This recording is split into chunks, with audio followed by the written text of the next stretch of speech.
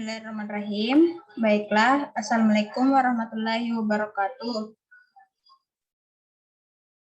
Waalaikumsalam warahmatullahi wabarakatuh. Waalaikumsalam warahmatullahi wabarakatuh. Waalaikumsalam warahmatullahi wabarakatuh. Selamat siang semua. Salam sejahtera bagi kita semua.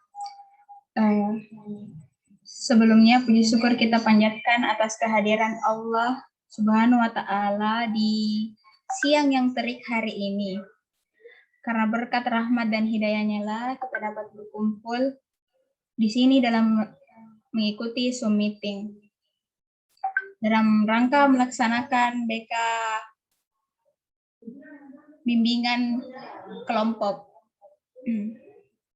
Nah, mau Kak dulu tanyakan bagaimana semua kabar tak baik-baik Ji? Iya, baik-baik sih Kak. Alhamdulillah baik Kak. Alhamdulillah kalau baik Ji semua. Bagaimana ya dengan sekolahnya? Lancar-lancar Ji? Atau ada kendala? Alhamdulillah lancar Kak. Alhamdulillah Kak lancar, tapi begitu Mika ada kendala sedikit. Begitu Ji, itu memang dek hidup.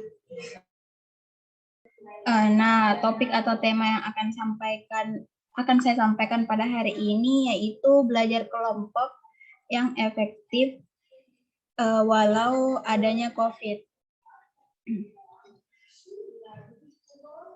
Tujuan dari layanan ini ialah kalian dapat mengembangkan keterampilan belajar dan relasi sosialnya melalui belajar kelompok secara efektif. Baiklah, saya akan menayangkan slide PowerPoint. Materinya yaitu belajar kelompok efektif walaupun ada COVID. Nah, di sini kalian tahu aja apa itu belajar? Siapa tahu ada yang mau satu orang yang menjelaskan apa itu belajar.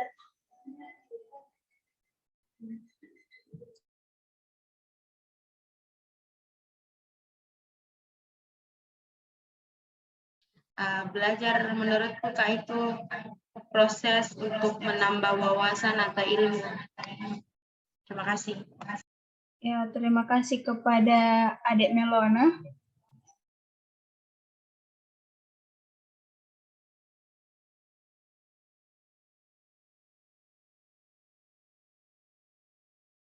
Nah, belajar itu adalah perilaku mengembangkan diri melalui proses penyesuaian tingkah laku. Nah, penyesuaian tingkah laku ini terwujud ketika melalui kegiatan belajar, bukan karena akibat langsung dari pertumbuhan seseorang yang melakukan kegiatan belajar. Belajar juga itu sebagai proses yang dapat dikatakan sebagai kegiatan seseorang yang dilakukan dengan sengaja melalui penyesuaian tingkah laku dirinya dalam upaya meningkatkan kualitas hidupnya.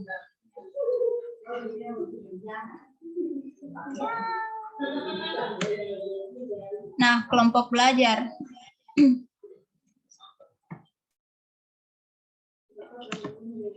Nah, kelompok belajar bisa merupakan salah satu media pembelajaran berbagai informasi dan pengetahuan antar teman. Belajar secara kelompok juga dapat mengajarkan cara berkomunikasi dengan baik.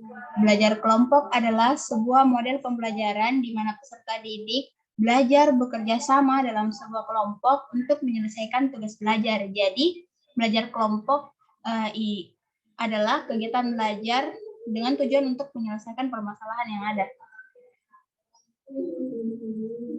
Nah, setelah saya menjelaskan tadi belajar kelompok itu apa, kalian bisa jelaskan apa sih dari tujuan belajar kelompok ini? Mungkin satu orang. Saya Kak. Saya persilahkan kepada saudari Syahira, adik Syahira.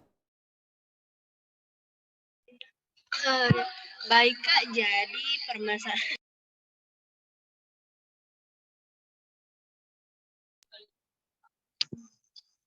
baik Kak, jadi belajar kelompok itu berguna untuk memecahkan permasalahan dengan berbagai pemikiran yang ada.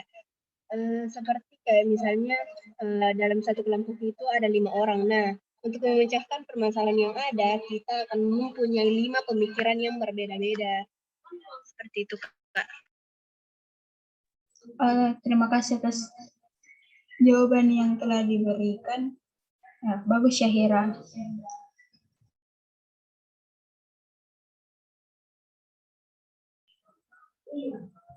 Nah, tujuan dari belajar kelompok yaitu untuk mengembangkan cara berpikir kritis dalam memecahkan masalah seperti tadi yang Syahira sampaikan. Nah, dan juga mengembangkan kemampuan bersosialisasi dan komunikasi, meningkatkan rasa percaya diri terhadap kemampuan diri.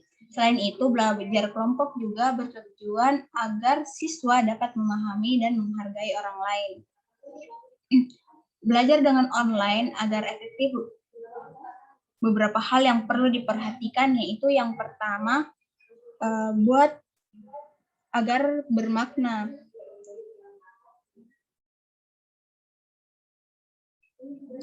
Nah, sebelum belajar kelompok dimulai, pastikan agar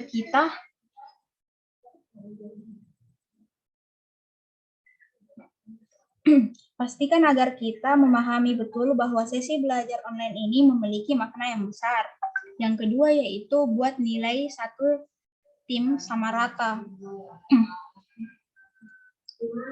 Masalah terbesar dengan belajar kelompok biasanya bermuara pada kepercayaan diri. Banyak siswa tidak suka dinilai berdasarkan apapun selain penampilan mereka sendiri.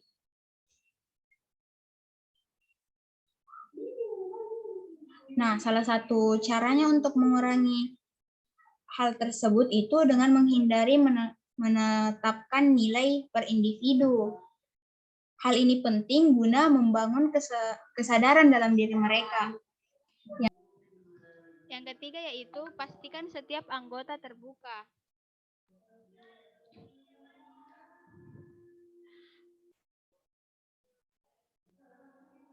Belajar kelompok ketika dirancang dan dikelola dengan baik dapat memberikan manfaat luar biasa bagi peserta didik. Pelajar sering mengeluhkan kegiatan interaksi dengan tema sebaya yang terjadi di kelas reguler. Namun, dengan kelompok yang baik, peserta didik memiliki kesempatan untuk terhubung dengan orang lain dalam kursus mereka, menjadi bagian dari tim dan belajar hal yang baru. Yang keempat yaitu monitor agar proses belajar berjalan lancar. Jangan menunggu satu orang untuk mengirim tugas. Ada baiknya satu atau dua pihak mampu mengatur waktu untuk mengerjakan tugas kelompok. Nah, keterlibatan guru juga sangat dibutuhkan. Pemantauan ruang grup online mampu membangun kehadiran pihak-pihak terkait dalam kursus online. Yang kelima yaitu saran dan kritik dibutuhkan. Kemampuan untuk memberikan dan menerima umpan balik yang membangun adalah bagian dari proses pendewasaan. Walau sulit, ini adalah bagian penting dari pengalaman proyek tim. Pengetahuan bahwa mereka akan dievaluasi oleh teman sebaya dapat memotivasi siswa untuk bekerja lebih kolaboratif dengan anggota tim yang lain. Manfaat dari belajar kelompok. Yang pertama yaitu dengan membentuk kelompok belajar, kita dapat memanfaati semangat belajar antara satu dengan yang lainnya. Yang kedua, saling berbagi informasi dan pengetahuan antar teman. Yang ketiga, membangun komunikasi timbal balik dengan adanya diskusi. Yang keempat, meringankan tugas yang diberikan karena dikerjakan bersama. Yang kelima, mengoptimalkan kemampuan berpikir siswa dalam menanggapi suatu permasalahan, bekerja sama dalam menyelesaikan tugas dan bersosialisasi di luar sekolah. Yang keenam, belajar lebih menyenangkan karena dikerjakan secara berkelompok. Yang ketujuh, meningkatkan kualitas kepribadian serta adanya kerjasama, toleransi, berpikir kritis, dan disiplin. Hal-hal yang perlu diperhatikan dalam kelompok Anda yaitu yang pertama, pembentukan kelompok.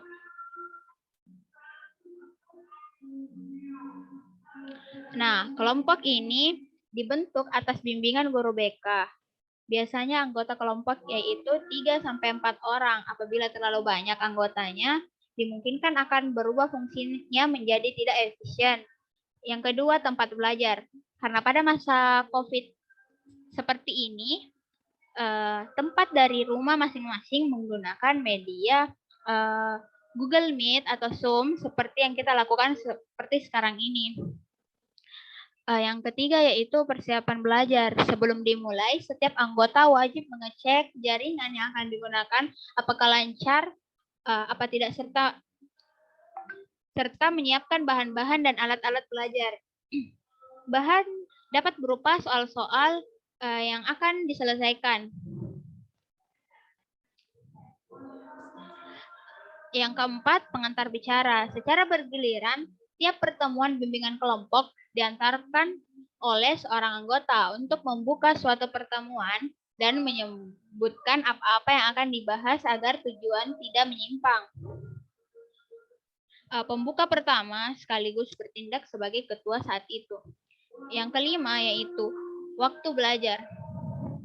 Waktu pelaksanaan bimbingan kelompok harus dijadwalkan hari dan waktunya.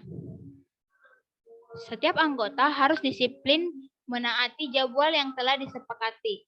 Lama pelaksanaan bisa 45 menit agar menjadi lebih efektif. Yang keenam yaitu cara pelaksanaan.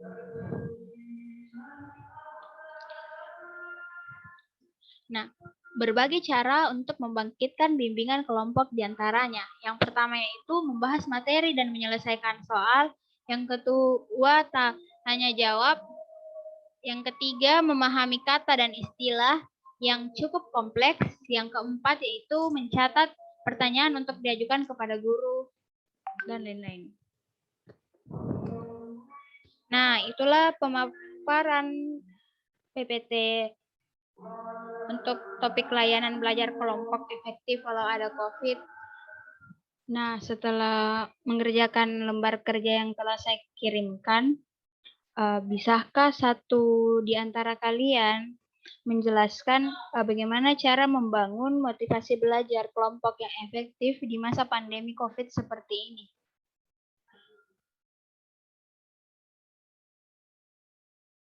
Saya, Kak. Iya, kepada Adik Melona saya persilahkan. Nah, kan pertanyaannya itu cara mengembangkan motivasi belajar kelompok yang efektif di masa pandemi. Menurutku, Kak, kalau mau efektif dalam belajar kelompok itu, yang pertama itu harus dilihat dulu dari anggota kelompoknya.